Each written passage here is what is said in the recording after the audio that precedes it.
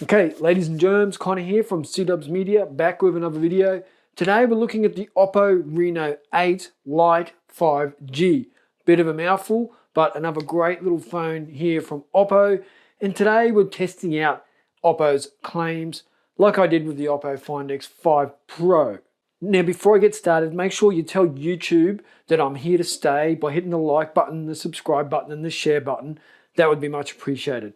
Now, the Oppo Reno8 Lite 5G comes with a fair few claims attached to it. That includes a lot of portrait photography.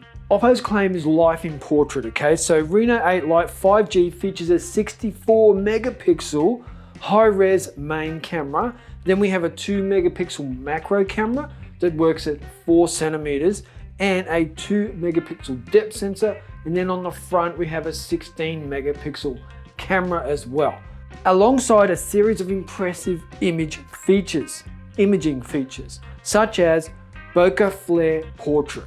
What is bokeh flare portrait? Let's go check that out. Beautiful bokeh flare portrait is at your fingertips. Just click to blur. Our powerful AI algorithms run thousands of computations a second to transform background lights into stunning color-soaked spheres. All the drama of a DSLR with the focus on your lovely face. I'm going to use the monitor up here as a bit of a guide to make sure I am doing this correctly. And here we go, that looks pretty good. Whoa, where's the button? Let me do a bit of a pose. There we go, I think that's the one. Not bad, Oppo, not bad. Now, I'll put the image up here on the screen, and the first thing I can say is there's a fair bit of detail in the picture. This is taken on the 64 megapixel lens, and the background blur is used with the bokeh lens to blur out the background. 2 megapixel, it's just used purely for bokeh. So there's claim number one out of the way. Let's have a look at the second claim. And the second claim is Selfie HDR mode. Hello Selfie HDR. Don't let the backdrop steal your spotlight. Selfie HDR is an auto-triggered algorithm that suppresses backlit backgrounds and protects the tone and detail of your face. And you know what? Here is this beautiful big portrait light for filming video. That's going to be the background, and I'm going to try and take a selfie. Now this is a bit harder. Maybe I'll put the timer on. I'll put it on a 10-second timer. And I think here's a good spot.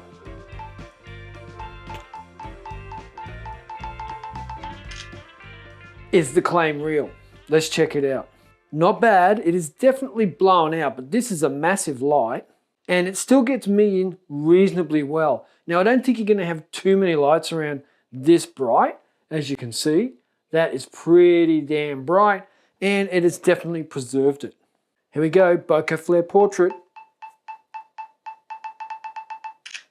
Let's check it out. Not bad, not bad. And I don't know if it's better with or without the bokeh flare portrait setting, but it definitely gives you a blurred out background as you can see. But I think just the main lens without all the bells and whistles actually looks better. I really do. But that's not bad because it's given me a good image here. Let's now do it with the front facing camera. So I'm going to switch to front facing and bokeh flare portrait. Here we go. 10-second timer. I always use a 10-second timer to give me the best time to compose my shot.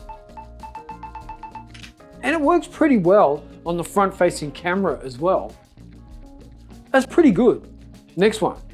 There is also AI portrait color. So now we're going to do this. This is AI portrait color where I'm in color and the background is in black and white.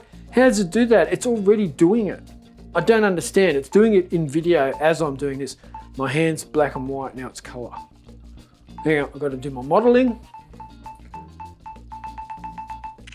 I don't get it. I don't understand how it does that. Incredible. So that's the AI color portrait effect. Now this is an original selfie on the front facing camera. Let's see how it turns out. And I'm gonna let you decide which one's better. AI portrait bokeh, AI portrait color, or just standard photo. I reckon the standard photo is always hard to beat. Now, I should just mention we have a 6.4-inch display here, which I really like. I think that's a good size. I even like smaller, like 6.1 inch, but 6.4 is not too bad. It's still easy enough for me to use one-handed. It is also 7.5 millimeters thick, which is pretty thin.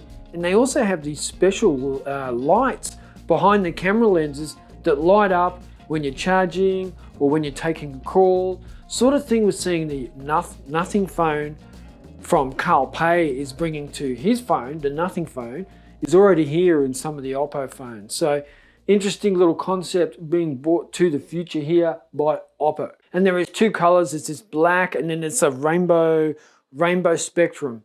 The black one looks amazing. You're never going to get a fingerprint on it ever because it's the sort of metallic look. Just looks really cool. I really do like it. Fingerprint sensor is on the display, which I much prefer rather than a side fingerprint sensor. The only thing with this one is it's down quite low, so you just sort of have to shimmy your thumb down the display a little bit just to hit in the right spot. But it works pretty good, and it also has face unlock, which is always super fast on the Oppo phones. And it has that eye care display. That's what I was talking about earlier, where it's certified like for Netflix and Prime, Amazon Prime. So I do like it, I do appreciate it. It's got what I need in it to consume content and to create some level of content as well. So looking pretty good so far. Now they're claiming performance for any occasion. So let's sit down and do a bit of gaming. I'm gonna try PUBG, Asphalt 9, and Leo's Fortune. Now, what do you think? You can see it playing out in front of you here on the display. I think it looks fine. There's no real lag there. It's got the Snapdragon 695, which is a mid-range processor, and most games will optimize for the processor that's in the phone. So I'm liking what I'm getting here on the Oppo Reno8 Lite 5G.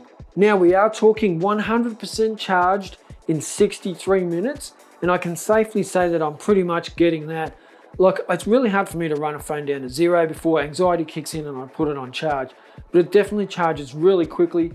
When using the charger that comes in the box, thank you very much Oppo, and also you get some really good charging speeds. And for a mid-range phone, fully charged in 1 hour is pretty impressive. I like it, it charges way better than my Pixel 6 Pro.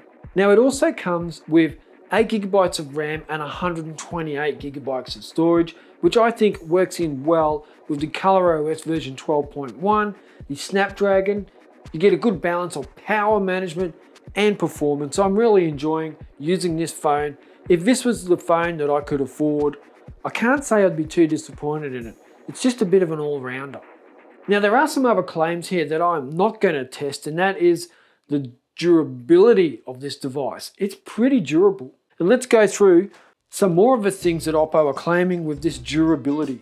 IPX4, which means you can get some water on it, maybe just spill a little bit on it, but not submerge it in water. And you want to be pretty careful running in some of the heavy rain that we get here in Australia, but it's definitely water resistant to IPX4. Now, they call it testastic. That's hard to say. 28,000 micro drop tests. I don't know how they drop these 28,000 times and what's considered a micro drop, but that's what they're saying it is. And the power button has been tested to 500,000 presses, which is pretty considerable. Considering that you're going to use your face or your fingerprint to unlock it, I can't say that you will press that power button 500,000 times. Or maybe you will, but it's tested for it. So that's pretty impressive. And it's also tested, and again, I don't know how they've done this test. It is interesting, but 14 days of high temperature, high humidity, and it has not failed during that 14 days. Be interesting to know how they did that test, but I think you should be pretty safe with most phones these days. Where they might struggle though, is if you were say out, it's a summer's day and you're sitting in your car, you do a bit of gaming just to kill a bit of time. Will it handle the heat then? And definitely doing video, will it handle the heat when you're doing video on a hot day that's going to be the real test, because I know like the Pixel 6 Pro and the Galaxy S21 Ultra couldn't cope with high temperatures and recording 4K video. That leads me into video.